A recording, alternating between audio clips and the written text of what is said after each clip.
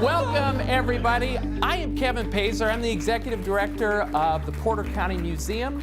Our History After 5 series is designed to not be a formal lecture.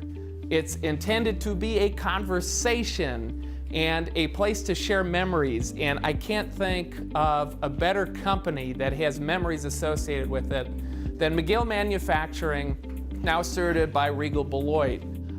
It's an incredible opportunity to bring people together. We are thrilled to be the ones to do it. I hope tonight that you have an opportunity to hear some great stories and catch up with people who, by the noise level in here earlier, tells me you all know one another, and I think that's pretty cool. I think we're gonna have a great time this evening sharing memories of McGill Manufacturing. Worked at McGill Manufacturing in the bearing division full-time from 1981, after I graduated from Valparaiso University, to 1993 when I left. I'm fourth generation. My great-grandfather started the company in 1905.